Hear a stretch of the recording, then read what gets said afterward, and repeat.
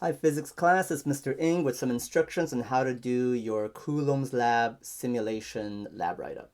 Right, so here there are two assignments that are tied to this lab. Number one, there is a Google slide that you gotta do. I will show you. Here, this is the Google slide that I want you to complete. So start with the introduction. What's Coulomb's law? Go on Quizlet, go on the internet, look it up. What's the formula? This is in your reading. And then maybe a picture. Maybe when you did your charge experiment a while back, maybe include that video. Or maybe just go on to the internet, look up Coulomb's law, but make sure that it's relevant to Coulomb's law. All right? And here is our driving question. There are two factors that affects Coulomb's law. The quantity of charge, how big the charge is, and then the radius, right? How far away is that charge away from each other? So here, to explore these two factors here, I want you to collect some data through this simulation. Under the procedures, you gotta tell me how did you collect data, identify the independent and dependent variables, and you gotta go here. So let's go there, all right? When you go to that simulation in your procedures, please pick the macro scale.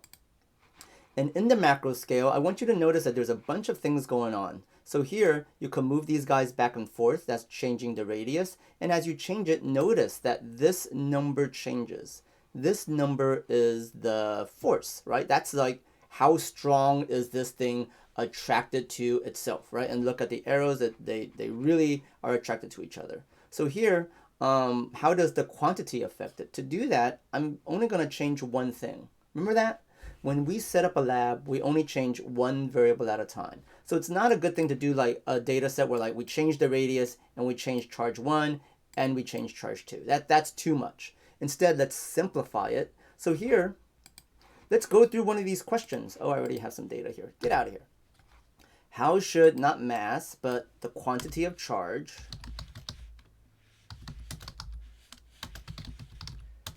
affect the force of an electric charge, right? How should the quantity of a charge affect the force? Okay, so here, let me show you how I might change that. So here, I'm going to make it so I only need to change one thing at a time. So I'm going to set this to 0, because getting it to 0 is not a bad idea. And I'm going to set the radius to always 2. And I'm not going to change that. It's just going to stay at 2. I'm not exploring radius. I'm not going to change the radius. And even charge 1, I'm not going to change. I'm going to keep charge 1 at -1, and then I'm going to change only charge 2. When we do a lab, we only change one variable at a time. So how does it change when I only change charge 2? So at 0, look, charge 2 is 0, and look, the force is 0. So I'm going to make a little chart. So here, I'm going to call this charge 2. And then I'm going to call this the force of the charge, right? And when charge 2 is 0, the force is 0, okay? And then here, I'm going to make charge 2 1. At 1, it's 9.9. So 1 is 9.9. Okay, I'm going to make charge 2 2. At 2, it's 19.9.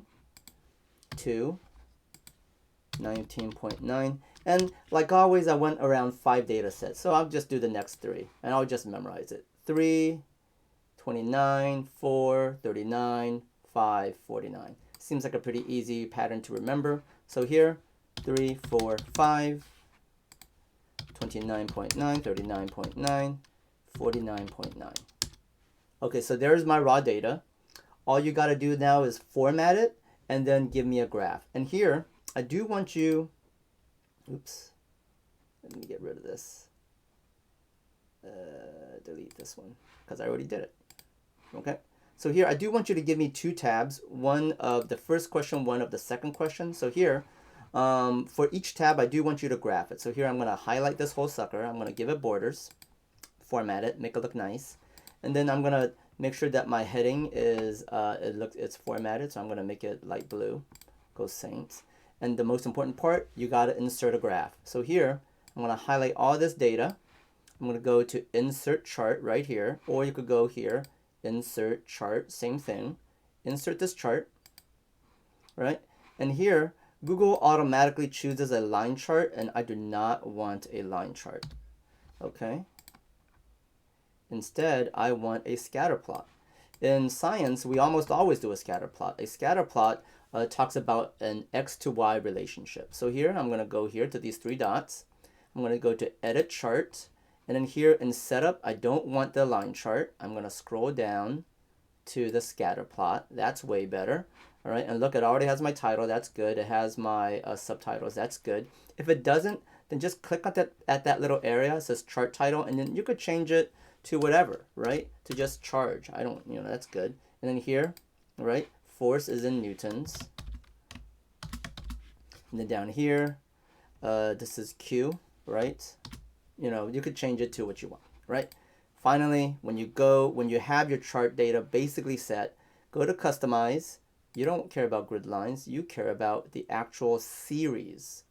And here in the series, scroll down. I want you to add a trend line, and it's obviously a linear trend line. So here, I'm going to go down here and name this tab. I'm going to rename it. This is Q versus force, right? But here, for the second one, I want you to do another one. I want you to make this one R versus force, right? How does the radius affect the force of charge? That means you got to go back, and then instead of changing the charge, you're going to change the radius, right? How would you set up your lab? What charges are you going to use? And you're just going to change the radius and collect the same data. Good? Okay. So here, going back to this sheet, for this driving question for my results, I will need one of these charts. So I'm going to go here, click on these little three dots, do copy chart. Where is it? Oh, here it is, copy chart. Go back here. I'm going to paste it. Paste. Please link, always link. Here you go, that looks good.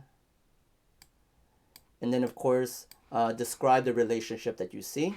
And here you need a second chart, your second driving question. How should radius affect the force of an electric charge? Right? That you got to do on your own. Figure it out by playing with the simulation.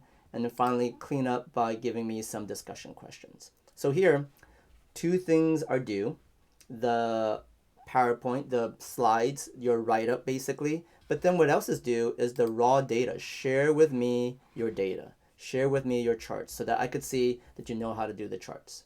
Good. Hey, thank you very much for watching, and good luck on your lab.